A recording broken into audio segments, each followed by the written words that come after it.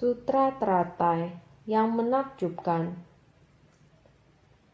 Bab 10 Guru Dharma. Sun Fasyang Sutra Teratai episode 1247. Memahami sepenuhnya akan 3 aturan dan membabarkan sutra secara luas.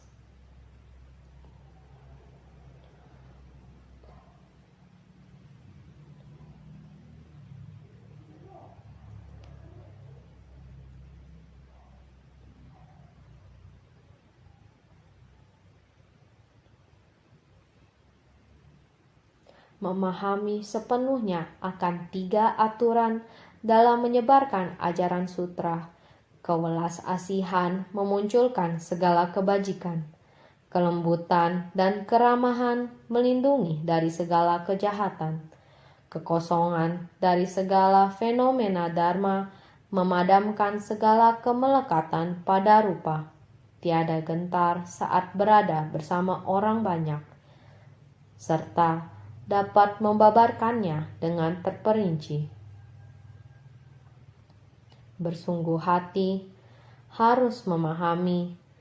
Selama ini sangat berharap setiap orang menghayati secara mendalam akan kebenaran sejati dari pengajaran sempurna Sutra Teratai di bab Guru Dharma. Sang Buddha bersusah payah agar setelah beliau memasuki parinirwana, bagaimana mewariskan Dharma di kemudian hari. Terlebih lagi, yang terpenting untuk masa mendatang adalah filosofi dan semangat dari Sutra Teratai. Di era Sang Buddha, masa mendatang yang paling dikhawatirkan oleh beliau, yaitu era kita saat ini.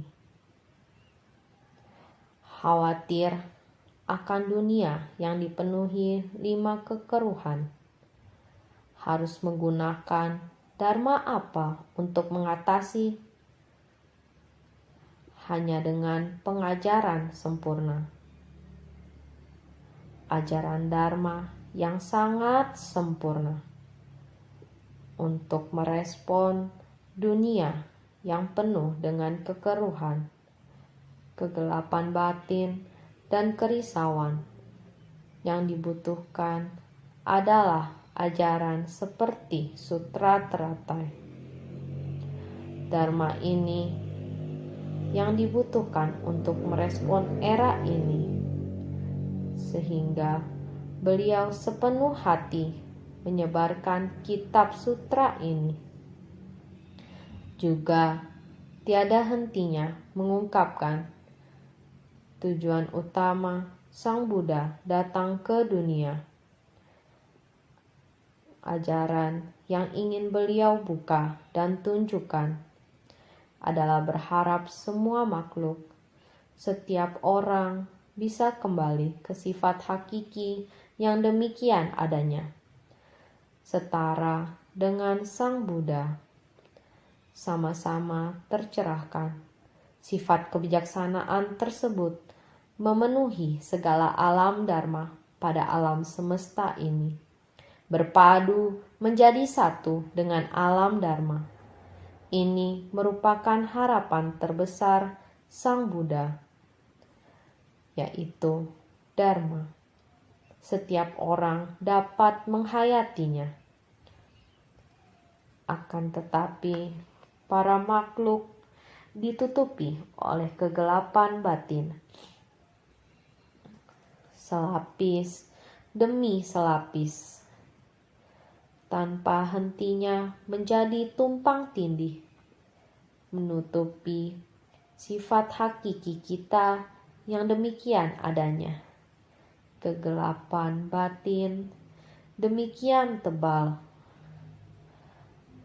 Harus menggunakan metode apa agar dapat menyentuh sifat hakiki tata hata kita, agar sifat hakiki kita yang demikian adanya dapat berpadu dengan seluruh isi alam semesta dan kebenaran sejati dari Dharma.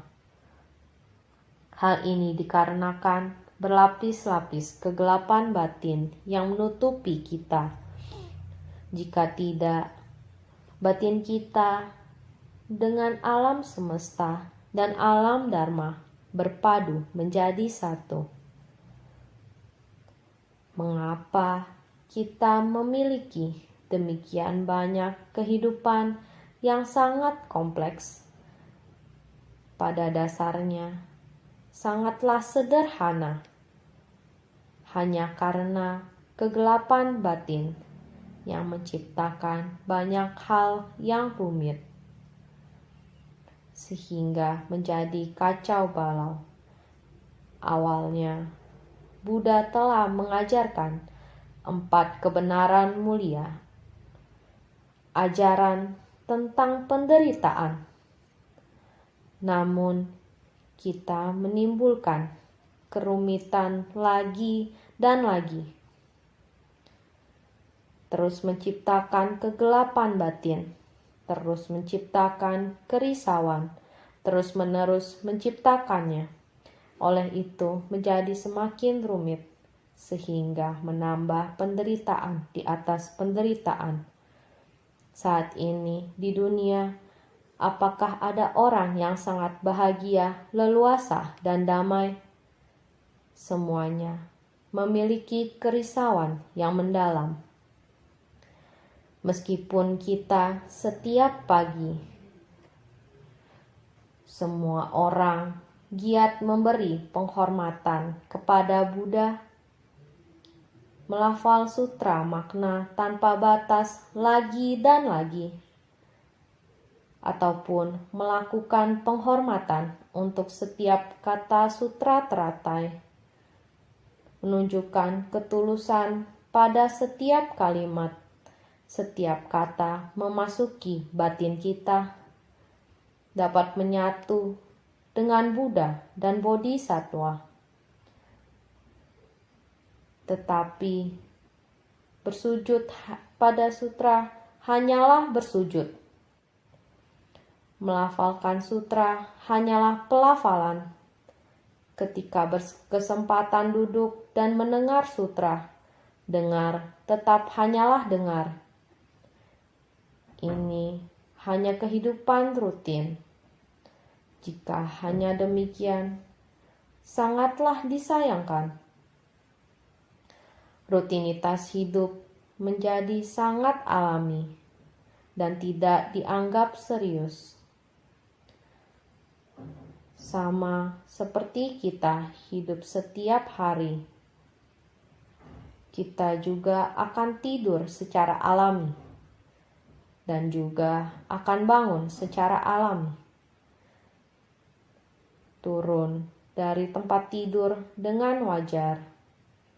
Tindakan di awal hari terhadap tubuh kita sendiri dan berjalan keluar dari kamar tidur. Semua merupakan rutinitas hidup sehari-hari. Tidak merasa bahwa ini adalah hal yang patut disyukuri. Setiap hari tidak merasakan rutinitas sehari-hari.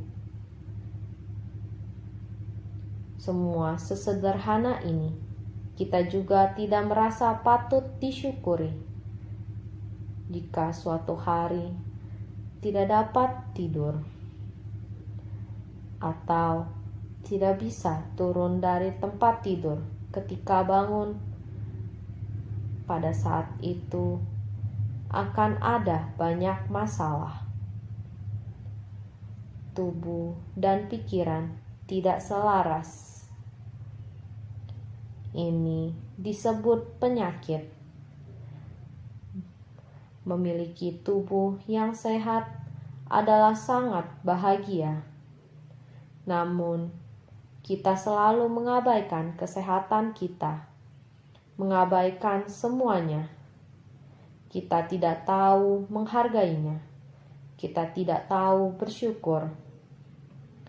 Orang yang tahu menghargai hidup yang begitu sesederhana ini. Kehidupan biasa, jika kita bisa demikian, kita seharusnya juga menggenggam kesempatan saat kita menjalani hidup sederhana ini. Lebih bersungguh hati dalam mendengarkan Dharma. Kita dapat menerapkannya dalam kehidupan sehari-hari. Diterapkan dalam kehidupan sepadan dengan sifat Dharma kita. Dharma yang dibabarkan pagi hari. Apa yang disebut kemahawelas asihan sebagai kediaman. Maha kewelas asihan sebagai kediaman ketika melihat orang melakukan pekerjaan yang lebih berat. Segera mengulurkan tangan dan membantu mengangkatnya. Ketika kita mengeluarkan tenaga untuk membantunya, ini adalah kemahawelas asihan sebagai kediaman. Hal yang demikian sederhana, tidak tega melihat dia memaksakan diri.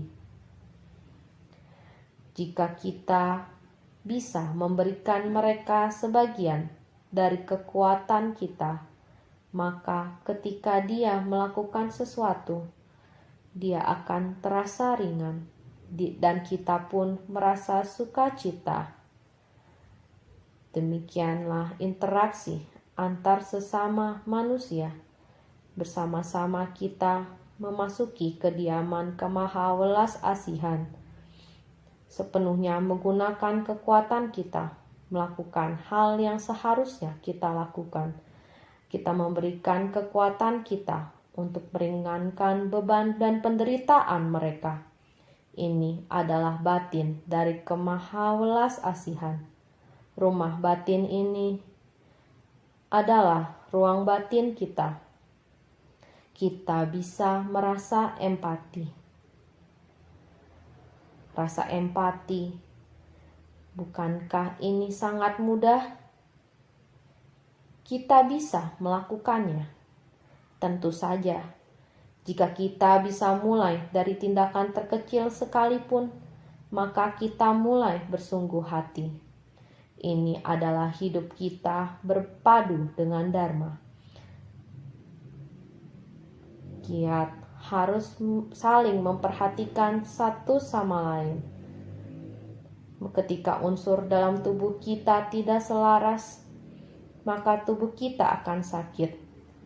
Kita harus mewakilinya untuk bersungguh hati, menemaninya, menjaganya, dan memahami mereka. Bagaimana dengan fisik mereka? Jenis perawatan apa yang mereka butuhkan? Kita harus menemaninya, menghiburnya, dan menjaganya. Ini adalah tingkat welas asih yang lebih dalam. Dengan cinta kasih ini, mendalaminya lapis demi lapis, mengembangkannya sedikit demi sedikit. Ini saling membimbing dan hidup bersama.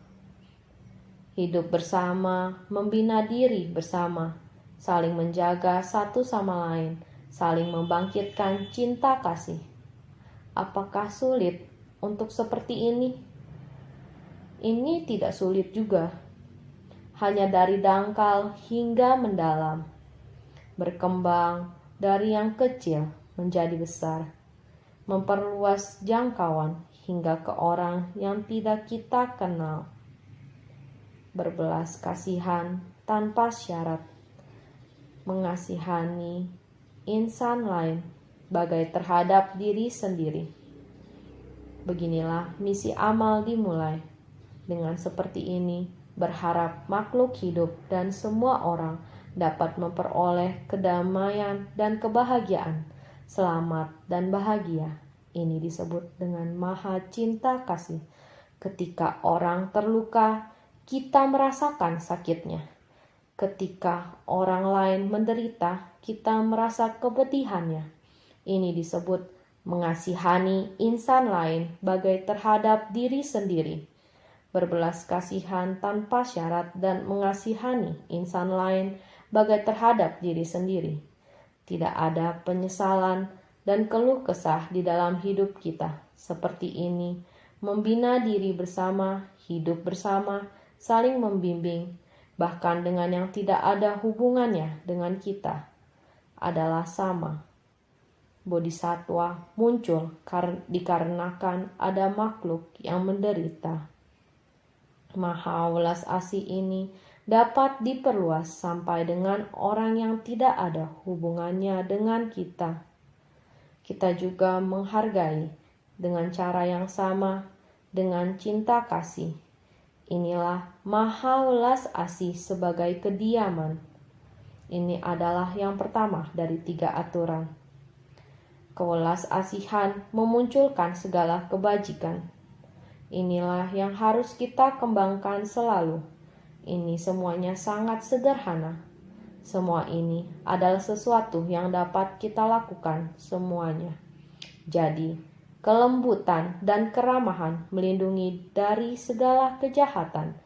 Memang benar, kita mesti banyak bertoleransi. Dikatakan, memiliki kelapangan dada seluas jagat raya, hingga dapat merangkul seluruh alam semesta.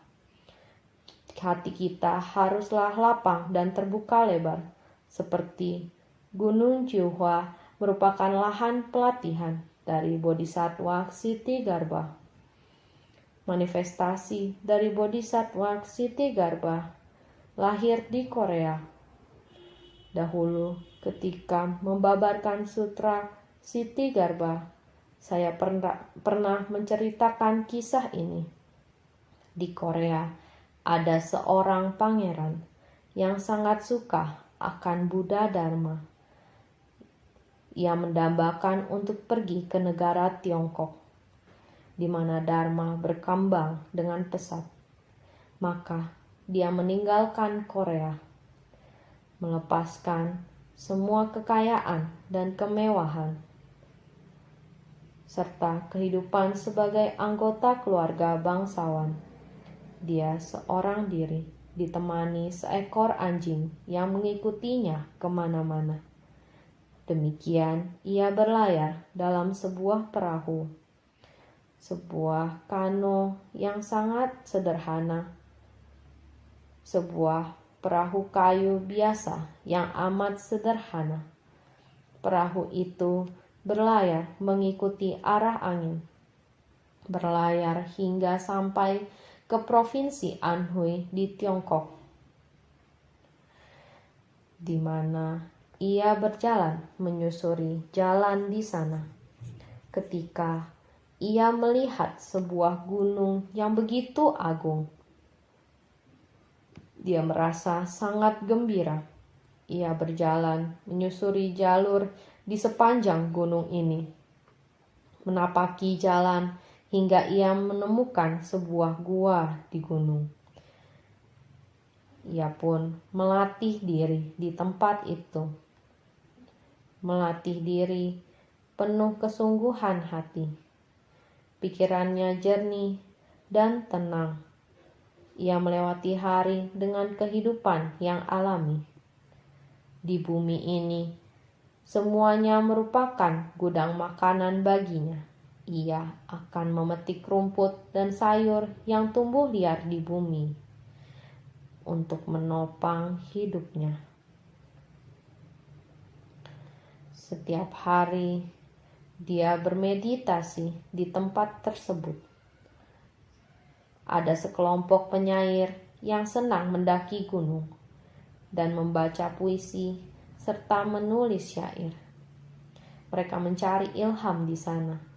Suatu hari, mereka melihat ada seorang praktisi pembinaan diri yang berperawakan sangat agung dan damai. Setiap kali mereka ke sana, pasti melihat kehidupannya yang demikian sederhana. Demikianlah kehidupannya, sangat hening dalam pembinaan dirinya. Mereka semua sangat tersentuh, kemudian datang untuk memohon ajaran dan mempelajari perjalanan kehidupannya. Akhirnya mengetahui bahwa dia berasal dari negara Korea dan juga merupakan seorang pangeran. Para penyair ini menjadi semakin kagum, sehingga berita ini pun tersebar. Tuan tanah, pemilik gunung ini, pun mendengar berita ini.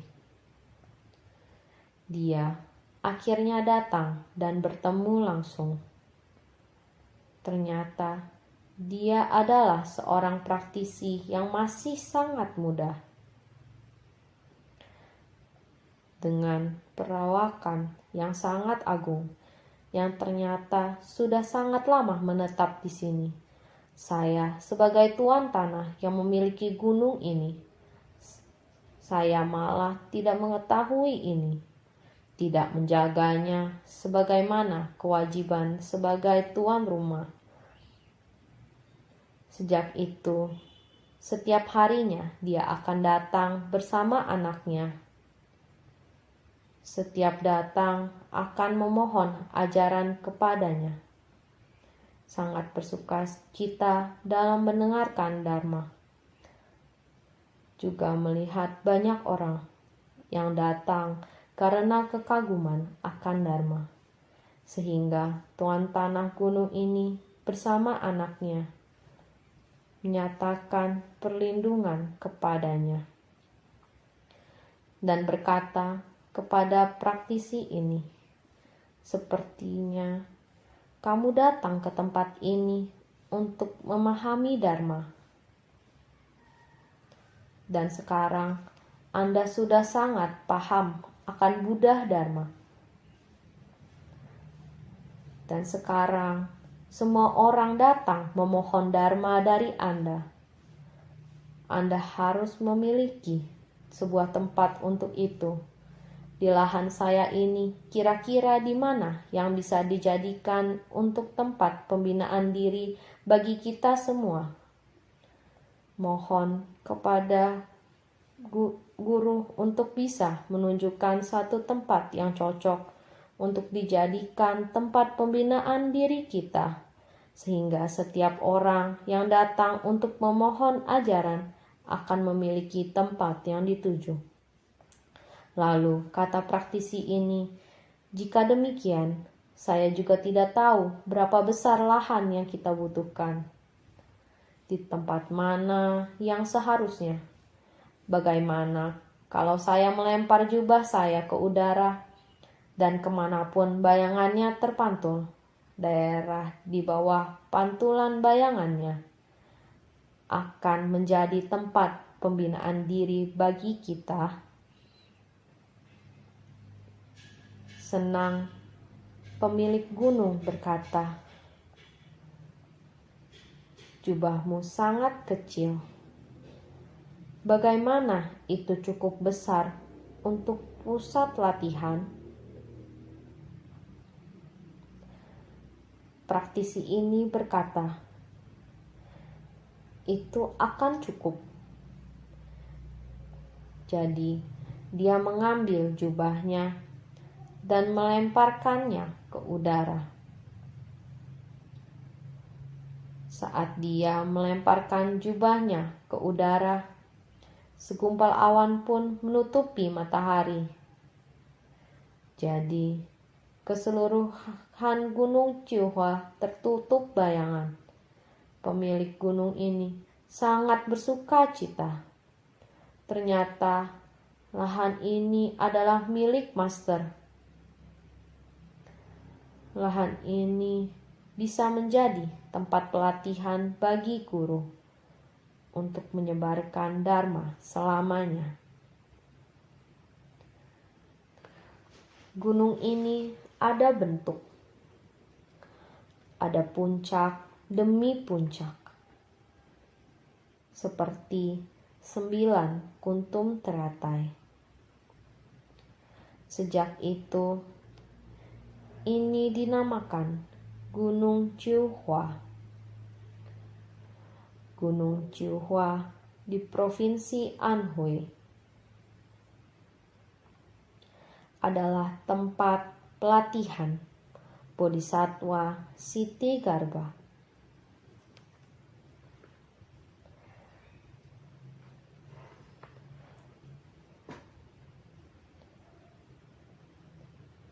Kelembutan dan kesabaran sebagai jubah mereka yang berniat untuk melatih diri, membangkitkan tekad luhur untuk mencari Dharma dan menyebarkan Dharma, dan mulai menyebarkan Dharma agung.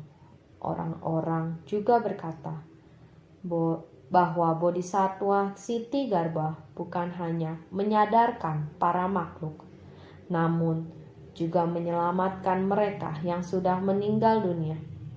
Ini karena Bodhisattva Ksitigarbha tidak rela melihat orang berbuat jahat di dunia dan jatuh ke neraka, sehingga beliau membangkitkan tekad bukan hanya untuk menyelamatkan semua makhluk.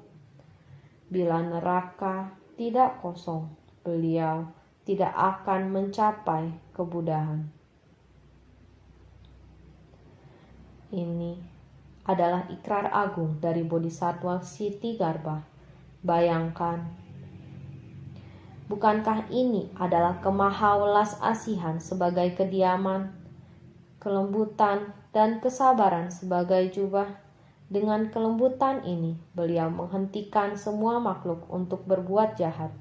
Bahkan bila para makhluk berbuat jahat dan jatuh ke neraka, beliau akan pergi ke neraka untuk menyelamatkan mereka.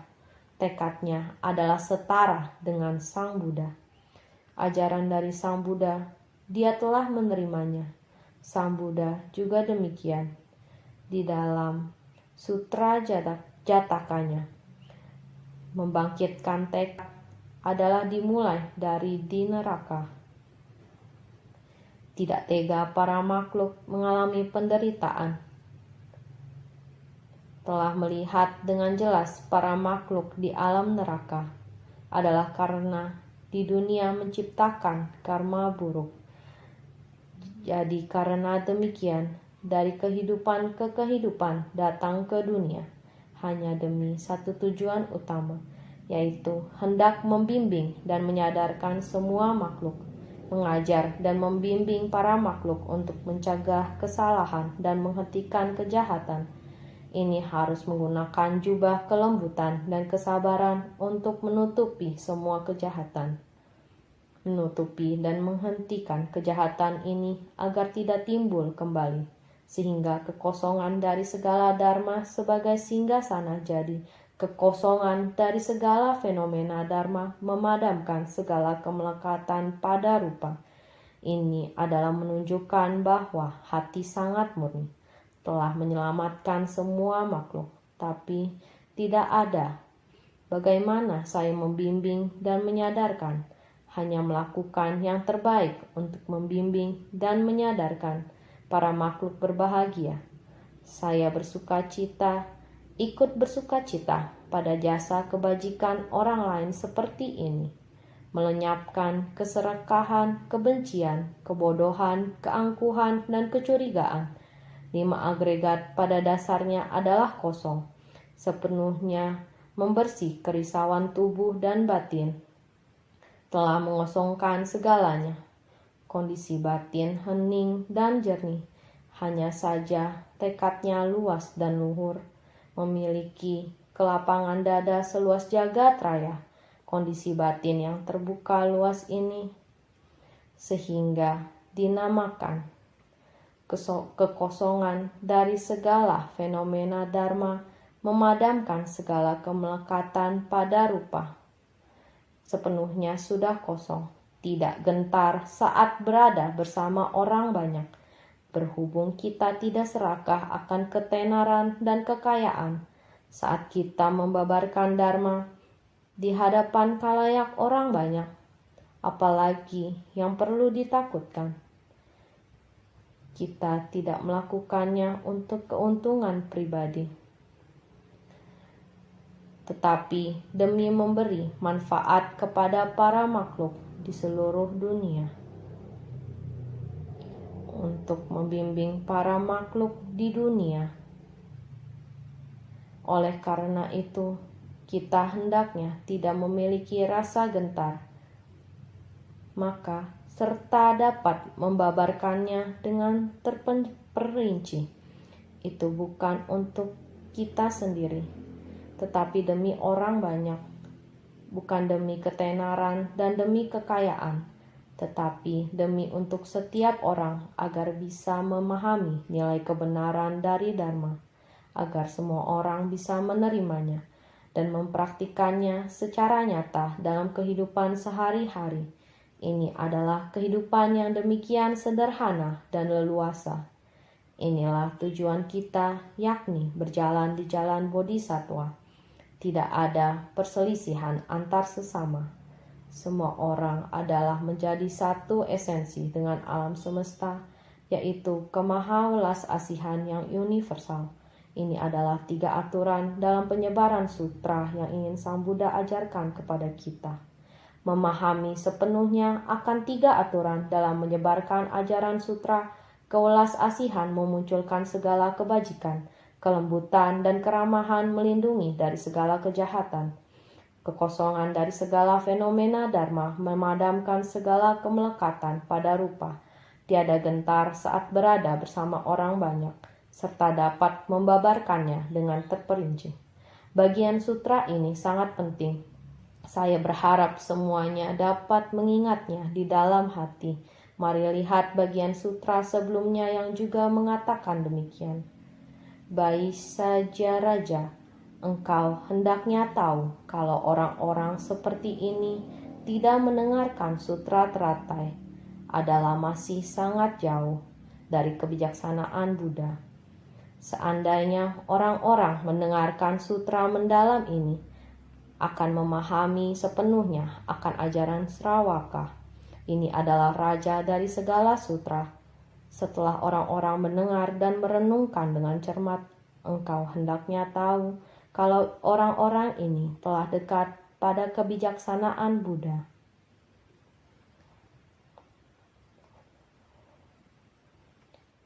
Sutra teratai adalah sutra yang ingin diwariskan untuk masa berikutnya.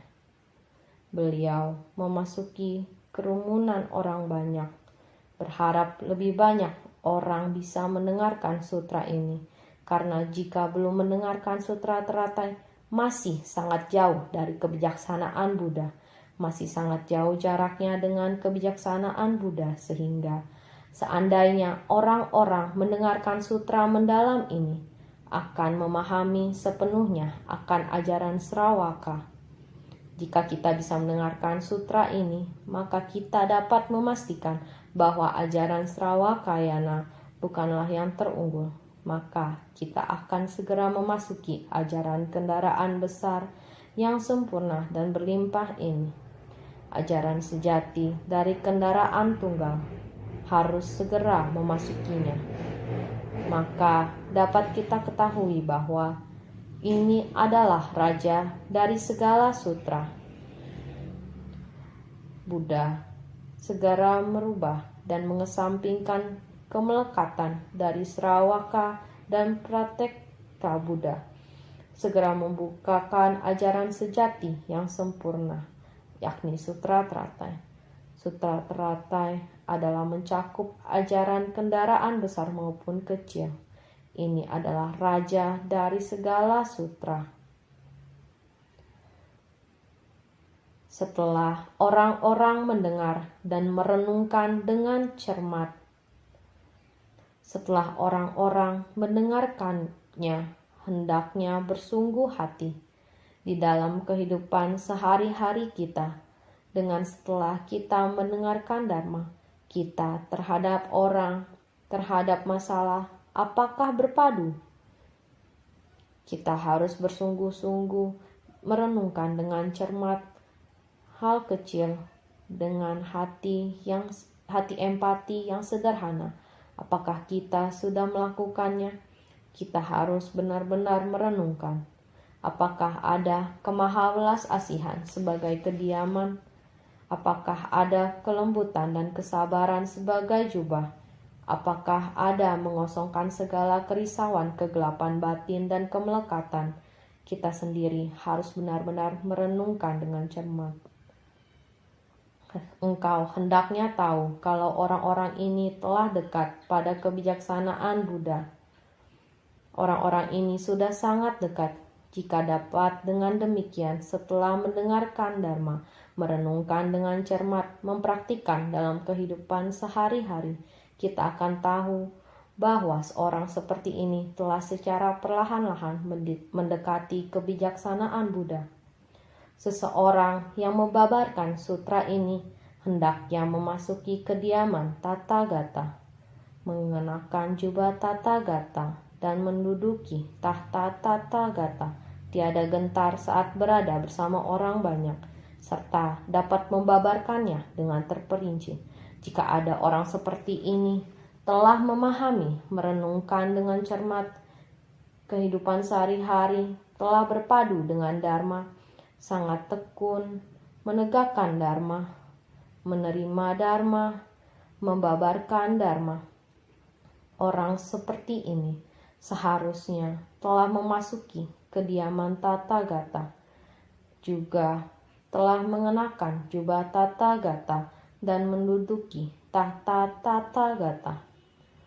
Orang seperti ini di tengah orang banyak seharusnya bisa memimpin orang banyak tanpa rasa takut, dapat membabarkan Dharma kepada orang banyak. Bagian naskah sutra ini sangat penting. Naskah sutra selanjutnya mengatakan demikian: kemahawelas asihan sebagai kediaman, kelembutan dan kesabaran sebagai jubah, kekosongan dari segala fenomena Dharma sebagai tahta, hendaknya membabarkan Dharma ketika berada di sini. Sekarang kita sudah mengetahui dan mengerti, yaitu kemahawelas asihan sebagai kediaman, kelembutan dan kesabaran sebagai jubah, kekosongan dari segala fenomena Dharma sebagai tahta. Jika kita dapat berdiam dengan tenang di kediaman Tathagata, mengenakan Tathagata, duduk di singgasana Tathagata, mulai sekarang kita harus menjelaskan Dharma. Tidak hanya menjelaskan, juga dipraktikkan melalui tindakan jasmani dan pikiran. Setiap langkah yang kita jalani, setiap kata yang kita ucapkan adalah untuk menyebarkan Dharma untuk para makhluk. Inilah yang kita lakukan di kehidupan sehari-hari, adalah memasuki kediaman, mengenakan jubah, dan duduk pada tahta untuk membabarkan sutra. Ini disebut sesuai dengan Dharma, tidak hanya bicara sepanjang hari, tetapi menjadikan Dharma adalah bagian dari kehidupan kita sehari-hari.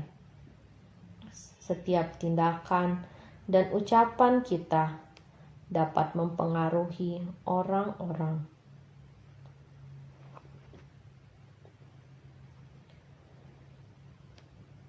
Kemahawelas asihan sebagai kediaman, kelembutan dan kesabaran sebagai jubah, kekosongan dari segala fenomena Dharma sebagai tahta, memasuki kediaman, mengenakan jubah dan duduk pada tahta untuk membabarkan sutra, barulah dinamakan sesuai dengan Dharma.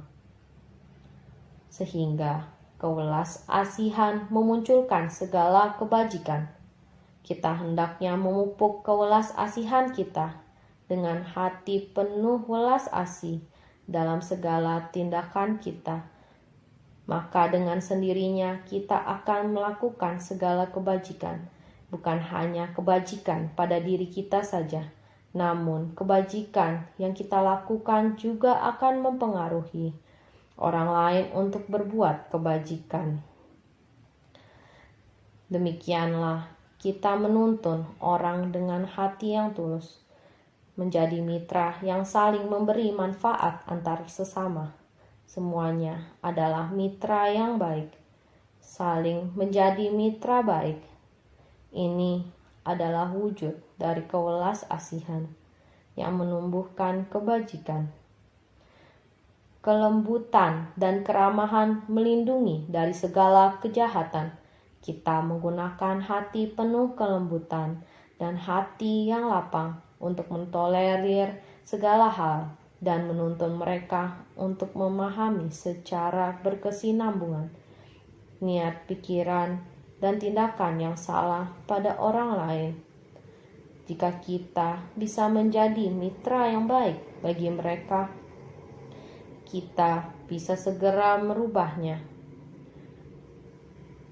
Jika tindakannya menyimpang, kita bisa segera mendekatinya untuk membimbingnya kembali. Jika demikian, menggunakan kelembutan dalam membimbing, ini disebut sebagai melindungi dari segala kejahatan, yakni mencegah kesalahan dan menghentikan kejahatan. Ini harus memiliki kemampuan dan kelembutan. Lalu ada segala fenomena yang muncul dari kekosongan dharma, dari sebab dan kondisi. Kita dapat menghayati kekosongan dharma ini karena setelah kita memahami ajaran Buddha, menyadari segala sesuatu adalah kosong. 5 agregat semuanya kosong. Apa yang disebut dengan 5 agregat? Semua orang tahu karena mendengarkan Dharma, memahami 5 agregat berupa perasaan, persepsi, dorongan pikiran, kesadaran. 5 agregat ini segala bentuk dan rupa yang dapat dilihat di dunia, suara yang dapat didengar, segala suara dan rupa di dunia ini. Apakah akan menipu kita? Ya, kita semua terpengaruh oleh suara dan rupa ini. Batin kita terdelusi, sehingga kesadaran akan keserakahan, kemarahan, kebodohan, kesombongan, dan keraguan demikianlah muncul. Kehidupan sehari-hari makhluk awam demikian adanya, dibingungkan oleh rupa. Karena dibingungkan oleh rupa, menimbulkan ketidaknyamanan pada perasaan kita, sehingga kita memiliki kerisauan. Saya tidak bisa mendapatkan apa yang saya inginkan, sehingga saya merasakan penderitaan. Perasaan ini karena rupa dari luar, mengambil tindakan yang ingin saya lakukan, menciptakan berbagai karma, yang kemudian disimpan ke dalam kesadaran kita. Apakah kesadaran ke-6, ke-7, atau ke-8? Menyimpan ke dalam kesadaran kerisauan.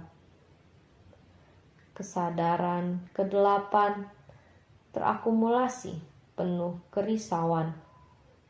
Ini disebut 5 agregat. 5 agregat jika kita dapat mendengarkan dan memahami Dharma. Fenomena dari 5 agregat ini semuanya kosong. Karena 5 agregat muncul dari akumulasi sebab dan kondisi. Tiada sebab, kondisi tidak akan terbentuk. Dunia semakin lama semakin rumit. Pada awalnya sangat sederhana. Dapat baik-baik membina diri. Tapi dunia semakin lama semakin rumit. Pengetahuan yang telah diserap, yang pintar makin lama makin banyak, sehingga dapat mengakibatkan batin kita sendiri menderita akibat hukum dari sebab dan kondisi ini yang mengikatnya. Ini adalah kondisi para makhluk awam. Menerima 5 agregat dari sebab dan kondisi sedemikian ini membuatnya terjebak, mengikatnya. Oleh karena itu, setelah kita memahami Dharma, yaitu Dharma adalah segala kekosongan, jadi kita lagi menerima hukum ini yang menjebak kita, mengikat kita. Kita dapat terbebaskan jika kita dapat mengerti bahwa segala fenomena adalah kosong, kembali pada kehidupan yang sangat sederhana. Kerumitan dan ketidaktahuan dunia adalah perbuatan manusia, dibuat oleh manusia.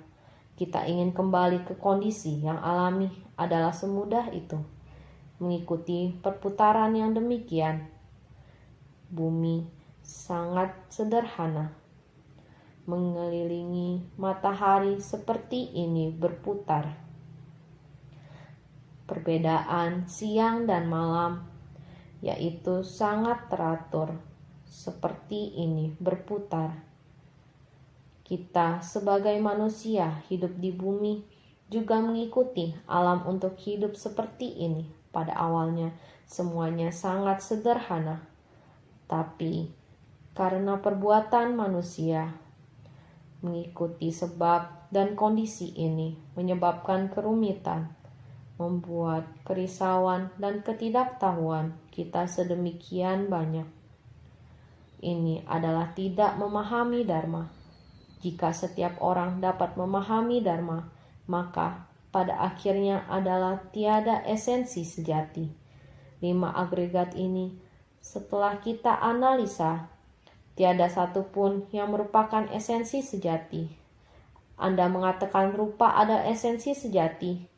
Bukankah hanya karena sangat banyak sebab dan kondisi yang berpadu sehingga menyebabkan benda ini terbentuk? Benda apakah yang sangat sederhana? Sebatang rumput, setitik embun adalah gabungan dari sebab dan kondisi. Rumput membutuhkan biji benih, perlu tanah, butuh kandungan air, butuh udara. Kandungan air butuh uap. Panas matahari mengisap kandungan uap di udara. Malam hari, tengah malam adalah hawa panas di udara. Berubah menjadi embun turun ke bawah. Perlu beberapa hal untuk menyatu. Begini baru bisa menjadi satu batang rumput setetes embun. Siklus rumput dan embun ini. Embun bisa membasahi dan menumbuhkan satu batang rumput. Adalah karena air embun kembali ke tanah. Prinsip kebenaran yang begitu alami. Namun, kita sebagai orang adalah demikian. Menciptakan banyak kegelapan batin. Oleh karena itu, kita seandainya paham, semua akan kembali ke kosong. Nama disebut embun. Air embun kembali ke tanah. Siklus seperti ini adalah begitu alami. Namun, kita sebagai manusia malah melekat olehnya. Seandainya bisa mencapai pada akhirnya adalah tidak ada satu esensi yang sejati. Ini adalah disebut kosong dan hening. Begitu sederhana. Oleh karena itu, kita harus bersungguh hati. Bersungguh hati masuk ke dalam Dharma. Kewelas asihan memunculkan segala kebajikan, kelembutan dan keramahan, melindungi dari segala kejahatan. Segala fenomena yang muncul dari kekosongan Dharma, dari sebab dan kondisi, pada akhirnya adalah tiada esensi sejati, disebut sebagai kosong dan hening. Kehidupan kita berlimpah secara alamiah, karena kita memahami ajaran segala sesuatu di alam semesta. Prinsip kebenarannya, walaupun prinsip kebenarannya sangat tenang dan hening, tetapi sangat luar biasa. Jika demikian, bersatu dengan Dharma. Batin sukacita itu dinamakan sukacita dalam Dharma. Dharma dalam batin. Sukacita itu terasa sangat berlimpah. Untuk apa mencari lebih banyak? Menciptakan kegelapan batin, menciptakan kerisauan, menciptakan kerumitan, membuat kita semakin menderita di dunia. Kerumitan termasuk dalam penderitaan. Penderitaan bersumber dari akumulasi. Demikian terakumulasi. Pada dasarnya kosong, tiada benda. Dalam ketiadaan malah merasa berlimpah. Ajaran yang menarik. Masalah dan benda. Alam semesta begitu indah. Gunung, sungai, dan bumi. Siklus demikian. Prinsip kebenaran di dalamnya begitu melimpah. Juga murni dan jernih. Begitu alamiah dan sangat berlimpah. Kita dalam kebingungan dan tidak berupaya memahami, hanya melekat pada orang, masalah, dan benda di hadapan, terjerat. Semakin terjerat, semakin banyak dan rumit. Banyak yang terlihat dan terdengar sepertinya benar. Inilah prinsip kebenaran. Tetapi setelah memahami, inilah kegelapan batin. Menganalisa dari kegelapan batin kembali pada keheningan dan kemurnian. Begitu jelas. Yang paling penting harus bertekad luas dan luhur. Tekad seluas alam, hampa tiada berbatas, teguh tak tergoyahkan. Satu niat pikiran ini, kosongkan segalanya, memahami secara jelas. Inilah murni jernih, tak ternodai. Jika dipikirkan, kehidupan begitu mudah. Dalam kerumitan, bagaimana mencari? Pada akhir, esensi sejati adalah kosong. Ini harus bersungguh hati terjun. Jika kegelapan batin karena jalinan jodoh, sebenarnya ini karena karma yang berlapis-lapis, terus berlanjut. Jalinan jodoh kita dari kehidupan ke kehidupan diciptakan karena agregat, tidak memahami prinsip kebenaran, yaitu terus menciptakan, sehingga kembali pada kesadaran keenam, kembali pada kesadaran ketujuh, kembali pada kesadaran kedelapan.